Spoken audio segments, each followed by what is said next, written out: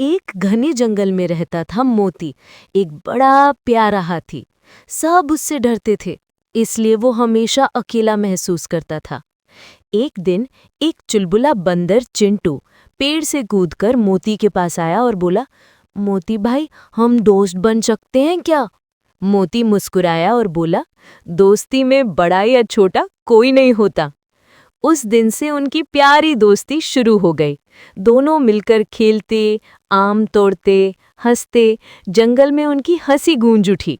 जब मक्खियां मोती को तंग करती तो चिंटू तुरंत उन्हें भगा देता। दोनों एक दूसरे का ख्याल रखते थे। एक दिन चिंटू नदी में गिर गया। मोती बिना सोचे समझे पानी में कूद गया और अपनी सूंड से उसे बचा लिया।